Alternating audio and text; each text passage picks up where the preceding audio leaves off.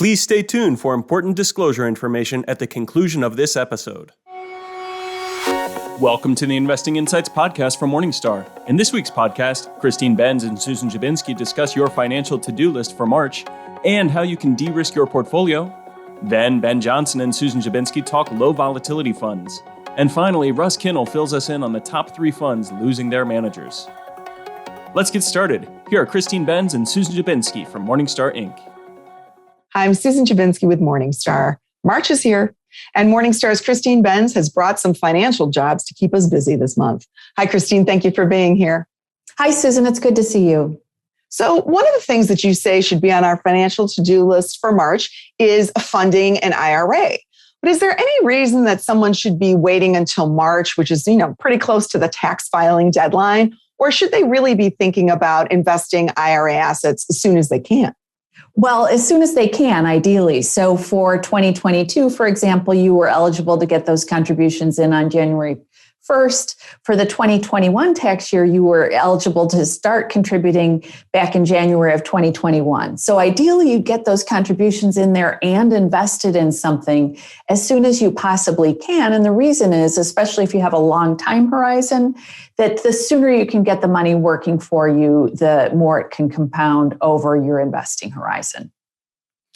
So one big fork in the road, and maybe one of the reasons that people sometimes procrastinate with an IRA, is they're not really sure whether they should be making a Roth contribution or a traditional IRA contribution. How should they be thinking about that and weighing the differences? You're right. That is a key fork in the road. A key thing that will be a determinant of which account type you can fund is your income level. So if you wanted to make a traditional deductible contribution, the income thresholds are lowest for that, assuming that you're covered by some kind of a company retirement plan at work. They're slightly higher for Roth IRA contributions. And even for people who are shut out of making a direct Roth contribution, can make what's called a backdoor Roth IRA contribution, where you're making a traditional IRA contribution and then converting that to Roth. So income levels will help you find your way there. But from there, I think the key thing you want to be thinking about is whether the tax break that you earn on having the investments in the IRA is better at the time you make the contribution or when you'll be pulling the money out in retirement. If you are in a higher tax bracket at the time of the contribution, you're generally better off making a traditional deductible contribution, assuming that your income level will allow you to do so. On the other hand, if you're someone where you think your income right now is at a relatively low ebb relative to where it's apt to be in the future, you're a good candidate for doing a Roth IRA contribution. So give a little bit of thought to that. For young accumulators, I usually say the Roth IRA is probably a good bet because their income level and their tax bracket is low relative to what it might be in the future. On the other hand, I would say for people who are fairly late in their investment career and maybe at a high earnings level relative to the whole of their careers, they may be a good candidate for making a traditional deductible IRA contribution. So Christine, what about spouses who aren't earning incomes? Can they make contributions? They can. And I love this question, Susan, because a lot of times you will have a non-earning spouse, often kind of the primary child caregiver. And it's really valuable if the couple can swing it to make a contribution on behalf of the non-earning spouse. The key thing you'd need to have in that case is that the earning spouse would just need to have enough income to cover the whole family's contributions. But it's a great thing to do to keep retirement contributions going, even if someone's not currently earning a paycheck. So Christine, what about IRA contributions for older adults? Have the rules changed around that? Is it possible, or is it even advisable for a retiree, say, to invest in an IRA? Yeah, great set of questions. Roth IRAs have not had age limits, but historically, traditional IRAs have had age limits. Those were lifted as part of the Secure Act. So now you can make a traditional or Roth IRA contribution at any age, as long as you have earned income. And that is a key factor that might limit older adults' ability to make contributions. If their income is just coming from Social Security or a pension or from their portfolio, they will not be able to make an IRA contribution because they don't have the earned income to qualify. So that is something to think about. Whether those contributions are advisable, I think, is kind of a separate question. But I would say a key category of older adult who should think about making additional IRA contributions would be folks who are saving primarily for the next generation, where they want their heirs, whether children or grandchildren, to inherit the accounts. They're a super candidate for making those additional IRA contributions, provided they have the earned income, because they have enough time, presumably, for the money to compound and grow and benefit from the tax deferral. So I think that that's a group of people who ought to consider additional IRA contributions. So we've talked in the past quite a bit about the types of investments to put in an IRA, and that's really kind of a challenge that we still see in the industry, is that people will open those IRAs, they will put money into an IRA, but then they won't actually invest the money that's in that IRA in something. So are there any sort of easy answers about what to invest your IRA assets in? Yeah, I think it's overwhelming for a lot of people. You have all the choices in the world that you could put within an IRA. A really easy answer to me, especially for younger accumulators or even people in the middle of their careers, would be to look at some kind of a target date fund as kind of a one-stop, hands-off, low-maintenance solution.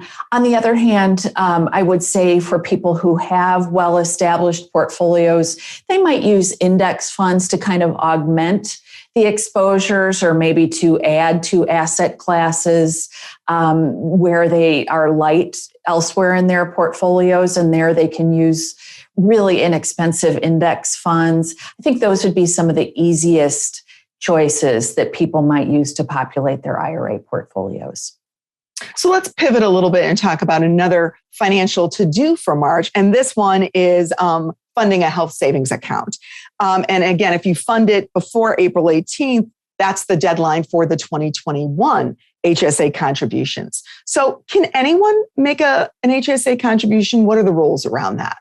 Right. Good question, Susan. And I think people salivate when they read about the great tax benefits that come along with HSAs. The key thing to know is that in order to make an HSA contribution, you need to be covered by a qualifying high deductible healthcare plan. So if you're covered by Medicare, if you're covered by a PPO, you won't be able to make an HSA contribution. You need to be covered by a certain type of healthcare plan in order to be eligible.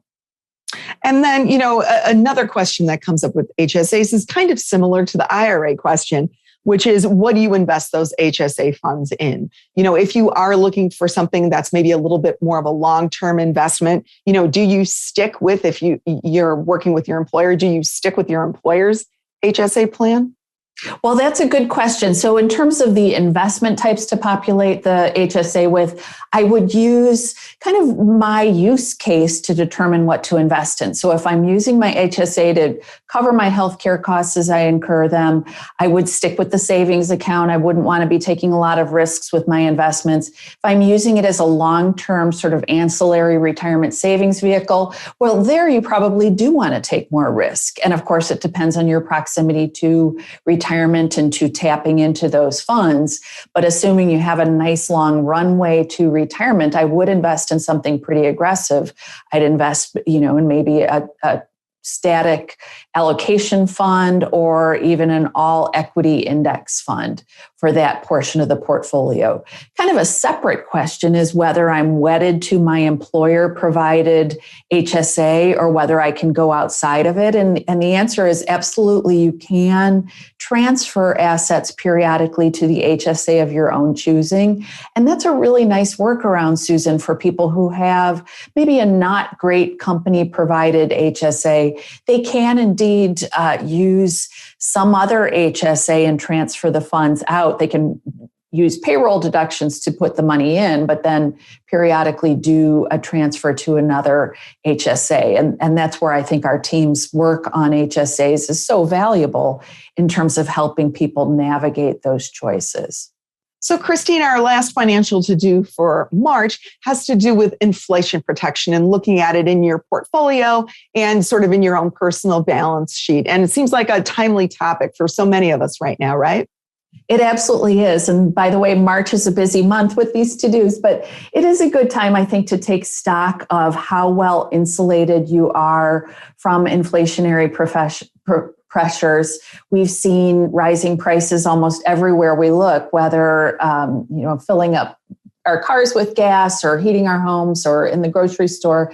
So I think the key thing you want to be thinking about is looking at how your expenses have changed over the past year and also thinking about how inflation protected your income sources have been in the face of higher prices. So if you're earning a salary, you want to check into whether you have been able to negotiate a higher salary. Has your employer been helping you stay whole even as we've seen higher prices come online? If you're someone who's retired, you have most likely received a nice inflation adjustment from Social Security to the extent that you're receiving Social Security.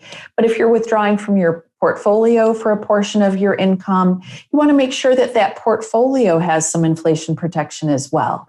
So stocks we know are over long periods of time likely to outrun inflation. If you have bonds in your portfolio, you might also consider a component of Treasury inflation protected securities or I bonds. And you might also consider additional asset classes, perhaps some commodities exposure, perhaps some sort of floating rate investment. I wouldn't use them as core investments, but they're investments that have historically done a decent job of hedging against inflation. Well, Christine, thank you so much for giving us some financial marching orders for the coming month. We appreciate your time. Thank you so much, Susan. I'm Susan Dziubinski with Morningstar. Thanks for tuning in.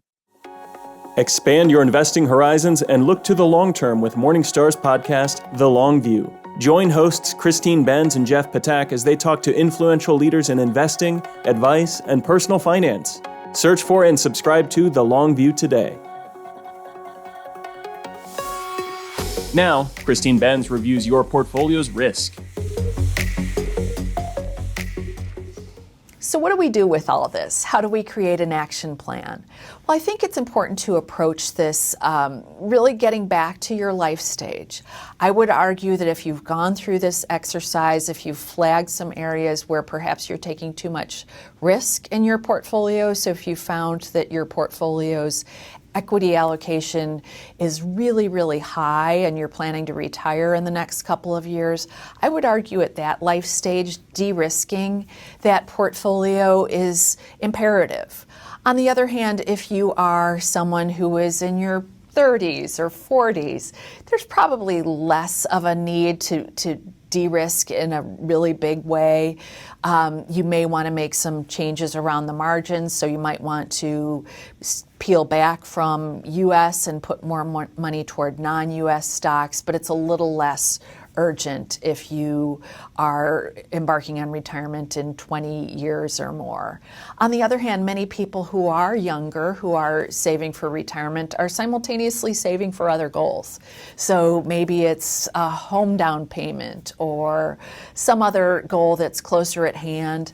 De-risking those assets is mission critical. So even if you have a long time horizon to retirement, if you have other things that you want to accomplish in the next 5 or 10 years or even fewer, de-risking that portion of the portfolio is really, really important. So put that at the top of your list when it comes to deciding whether to take action.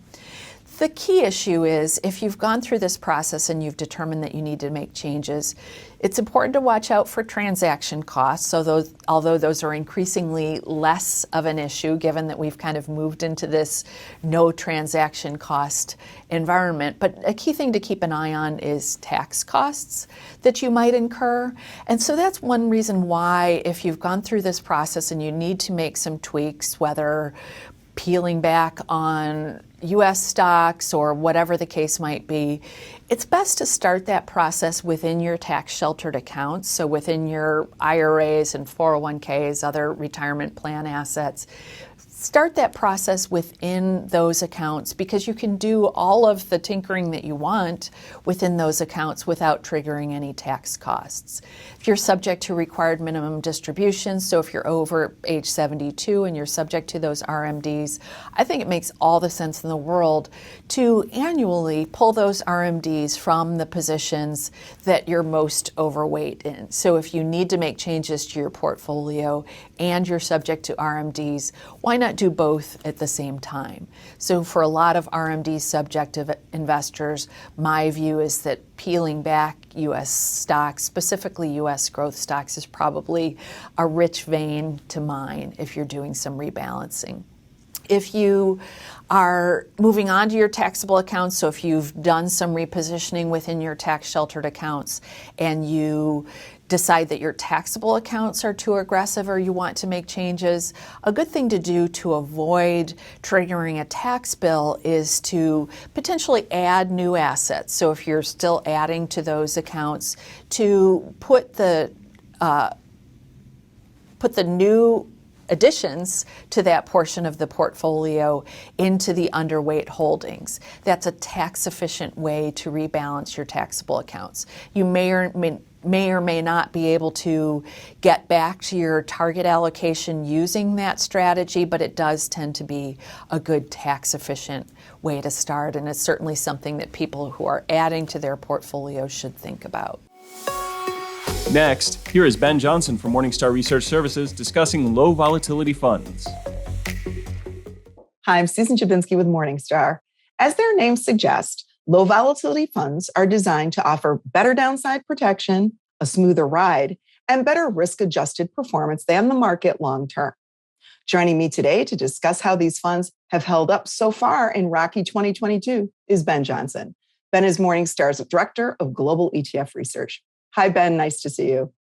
Hi, Susan. Great to see you too. So let's start out with a brief introduction for what low volatility funds are and what role they might play in a portfolio. Well, Susan, I think you said it well. The expectation with low volatility funds is that over a sufficiently long period of time, investors will get exposure to a particular corner of the equity market, be it US large and mid caps, emerging market stocks, developed international stocks, with a lower degree of volatility. It'll be a bit smoother ride. Now, that's not necessarily always going to be the case. These funds aren't going to bat 1,000, taking a little bit of the sting out of each and every downdraft in the market. But if you give them long enough, if you can stick with them long enough, the expectation is that you'll get market-like returns over a long period of time with less risk, which, at least in theory, might make it somewhat easier to stick with that portfolio. So in all of the various implements that investors have at their disposal, all the different levers that they can pull to reduce the overall level of risk within their diversified portfolios, this is really a fine tuner. So for those out in our audience that are old enough to remember good old fashioned stereo receivers that had a crude tuner that would get you from 88.3 to 107.9 with a quick flick of the wrist, this is not what you're looking for. That has more to do with your decisions around your allocation between cash and stocks and bonds.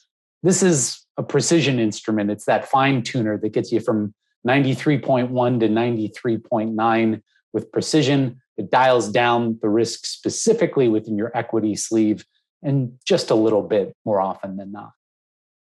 So then now these funds can pursue, different types of strategies to achieve these sort of more muted risk results. Now, there are a few approaches that are more common among low volatility funds. Well, generally speaking, Susan, there are two most common approaches, and they're very nuanced in how they differ. One common approach, an approach applied by certain ETFs that are underpinned by S&P low volatility indexes, look to build the portfolio that comprises the least volatile stocks in a given selection universe. So say, for example, the S&P 500, that portfolio will pick the least volatile members of the S&P 500 index based on the standard deviations of their returns over the preceding 12 months. So the least volatile stocks is one approach to constructing a low volatility portfolio. The other approach that is quite common is to produce the least volatile portfolio of stocks possible from a given selection universe. Now, least volatile stocks, one approach, least volatile portfolio, the other most common approach. Now, what the least volatile portfolio approach might entail is actually owning some stocks that might be quite volatile, among the most volatile in the market. But in doing so, what that does is it balances out other stocks that might be held in that same portfolio. And what you see is that there are trade-offs between these two approaches.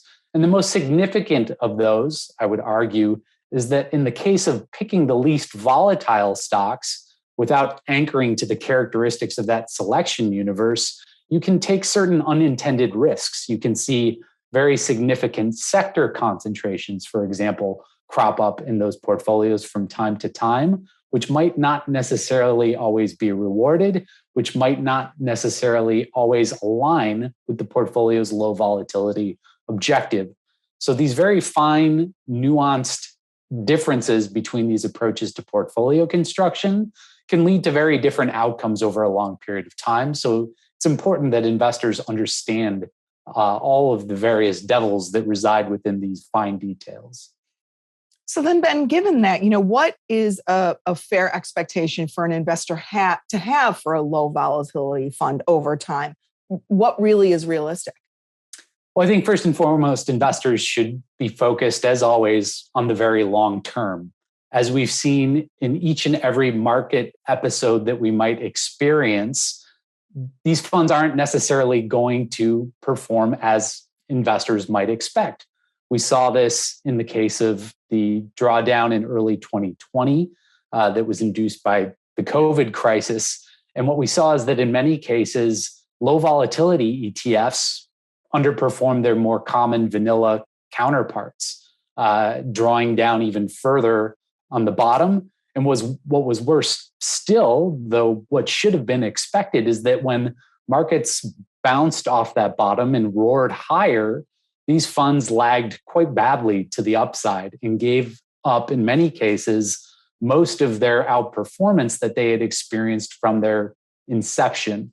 What we've seen more recently for the year to date in 2022 is that depending on the day, depending indeed on the week, low volatility funds have either done better or worse than their common vanilla market cap counterparts. Indeed, at one point, as recently as a week ago, high beta stocks were outperforming low volatility stocks for the year to date, reflecting the fact that energy stocks have really been on a tear as a result of the spike we've seen in energy prices. So investors need to understand that at any given moment, these portfolios might not necessarily perform as expected. They need to take a deep breath, take a step back, take the long view, and know that fairly reliably over a sufficiently long period of time, they've offered less volatility than owning the market outright. And they've offered, depending on the time frame, market-like returns, though that promise has been somewhat hindered recently by virtue of the fact that they lagged on the upside as markets rebounded from the depths of the 2020 sell-off. So then let's probe a little bit more on 2022 so far and how these funds have done as a group in this market, and which strategies have maybe outperformed a little bit more than others, and have there been any surprises here from your perspective?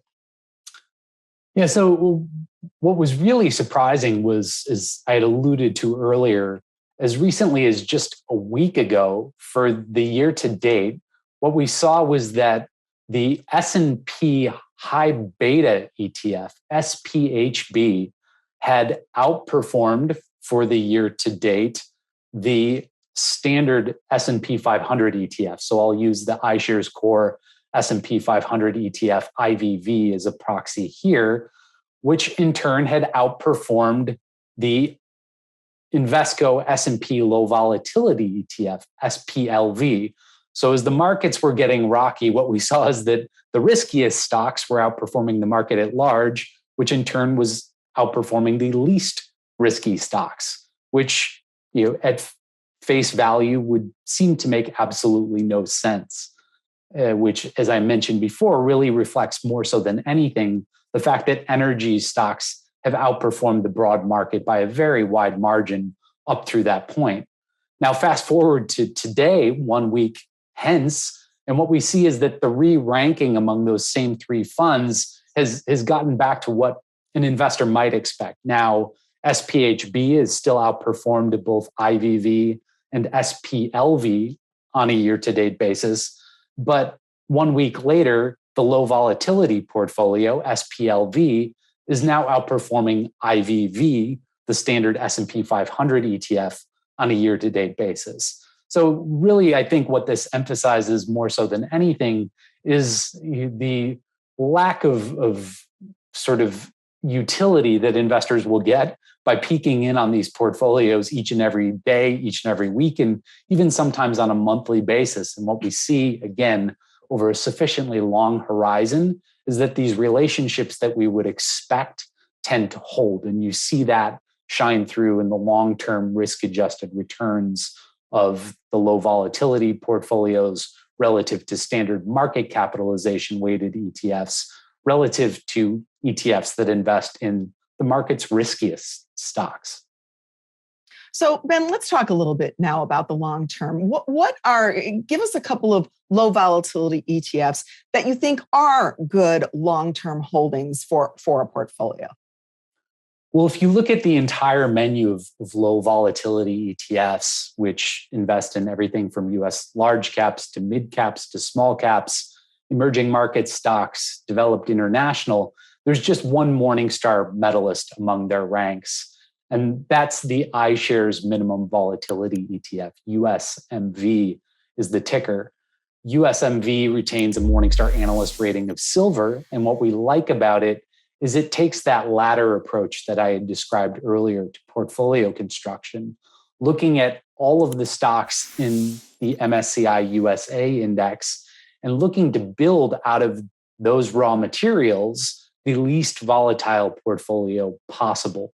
And in doing so, what it does is it avoids some of the risks that second approach, looking just for the least volatile stocks, might take in the course of building its own portfolio, specifically certain sector risks, steep sector concentration that may or may not always pan out as an investor might expect.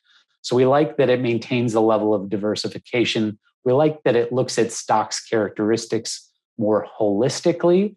And what we see is that since its inception, what it has done has delivered an outcome that an investor would expect, a meaningful increment lower in terms of its volatility. It participates less on the downside. As a trade-off, it participates less on the upside. And what we've seen is that it has delivered risk-adjusted returns that have ultimately been comparable to the market's returns.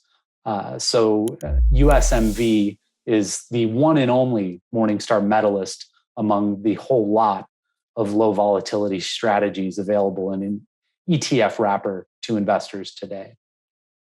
Well, Ben, thank you for your time and for helping unpack these particular funds. It's a very timely conversation. We appreciate it. Thank you for having me. I'm Susan Dziubinski with Morningstar. Thank you for tuning in. And lastly, here is Russ Kinnel from Morningstar Research Services. Hi, I'm Susan Dziubinski with Morningstar. Several high-profile fund manager changes have been announced during the past several months. Here with me today to talk about three of those changes is Russ Kinnel. Russ is Morningstar's Director of Manager Research and editor of Morningstar Fund Investor. Nice to see you, Russ. Hi, Susan. So, how do our fund analysts assess a fund manager change, and what impact could a fund manager change have on our fund analyst ratings? Yeah, so every manager change in some ways is different, but what we're really getting at is uh, who's taking over? Do they have experience? How deep is the team? Uh, do we expect them to make changes? Do they have a track record? If they have a track record, is that in this in a similar strategy? So we're looking at all those factors to assess is this still as good a fund as it used to be, or maybe every once in a while it's actually an upgrade, but that's less common. So we think managers are really important part of the process, and so every situation is different. Sometimes a transition's very jarring. Sometimes it's very well planned. So really each case is different. So sometimes we'll downgrade a fund. Sometimes we'll maintain that rating. So, as a rule of thumb, then an investor shouldn't necessarily be alarmed if, he or she finds out that, their fund manager is changing, right? Not at all. I do think it's something that you want to keep on top of. If you've got actively managed funds, that's part of the task of owning those funds is keeping on top of them, monitoring that change, and ideally even having some notes as to how important that manager is for buying it. But yeah, you definitely want to look. Obviously, you can look at our analysis and see our take, but I don't think you necessarily simply want to sell just because the manager is changing. So let's take a look at a few manager changes that have been announced recently. The first up would be one of the co-managers at Oakmark Select is planning to retire this summer. Talk a little bit about that one and the magnitude there.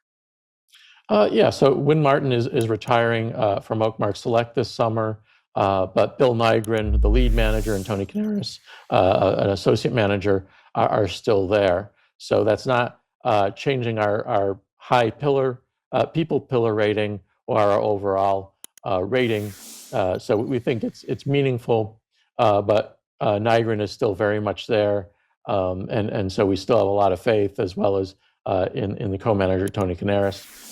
And it is worth noting, though, that Nygren is not that far from retirement age, so it's something we're going to continue to watch, but his retirement is not imminent, and we feel really good about the people who are still there at the time. Also this summer, we're seeing a retirement from Vanguard Wellesley Income. Michael Reckmeyer, who is the lead equity manager on that fund, is going to retire. What about that one? Michael Reckmeyer of Wellington is going to retire. Matthew Hand is going to take his place, and this is on the equities part of Vanguard Wellesley. And so they both work for Wellington, and Hand has been working on the fund for a long time. So we feel pretty good about that transition, but it's still a pretty important one that we'll want to watch closely. Now, because it's Vanguard and Wellington, we have a fair amount of confidence that there's not going to be a meaningful strategy shift, but will execution be as good? We'll be watching closely. And then lastly, this was pretty big news. Towards the end of 2021, Fidelity announced that Joel Tillinghast will be leaving Fidelity low-priced stock at the end of 2023. And again, this one seems a little bit more significant, no? This one's huge because I think you really have a singular talent of Joel Tillinghast that has kept Fidelity low-priced stock performing brilliantly, even though it's a very large fund with a very big portfolio trying to invest primarily in small and mid-cap names. It's a really difficult thing to do for a single manager, and Tillinghast is a really unique talent. So even though the good thing is the transition is obviously a very gradual one, we're talking about end of 2023, but even so, because our rating is a forward-looking rating, we've lowered the fund one notch to bronze. That's not a big knock on the replacement managers, Sam Chanovitz and Morgan Peck. It's more that there's only one Tillinghast, and the people replacing him have experience, but we don't have a lot of a track record for them. And again, this is a really unusual fund, a very challenging assignment to run so much money in small and mid-cap stocks. So it's definitely something to watch closely. I think this is just one of those funds where the identity is uniquely tied up to the manager, and so definitely something to watch in 2023 and 2024. Well, Russ, thank you for your time today and for putting some of these pretty high-profile fund manager changes into perspective. We appreciate it. You're welcome. I'm Susan Dziubinski with Morningstar. Thanks for tuning in. That does it for this week's Investing Insights podcast from Morningstar. We hope you have enjoyed our program and we welcome your feedback. Please send your comments and questions to podcast@morningstar.com. From everyone here at Morningstar, thanks for listening. This recording is for informational purposes only and should not be considered investment advice. Opinions expressed are as of the date of recording. Such opinions are subject to change. The views and opinions of guests on this program are not necessarily those of Morningstar Inc. and its affiliates. Morningstar and its affiliates are not affiliated with this guest or his or her business affiliates unless otherwise stated. Morningstar does not guarantee the accuracy or the completeness of the data presented herein. The podcast is for informational purposes only and should not be considered tax advice. Please consult a tax and/or financial professional for advice specific to your individual circumstances. Morningstar Research Services, LLC is a subsidiary of Morningstar Inc. and is registered with and governed by the U.S. Securities and Exchange Commission. Morningstar Research Services shall not be responsible for any trading decisions, damages, or other losses resulting from or related to the information, data analysis, or opinions or their use. Past performance is not a guarantee of future results. All investments are subject to investment risk, including possible loss of principal. Individuals should seriously consider if an investment is suitable for them by referencing their own financial position, investment objectives, and risk profile before making any investment decision.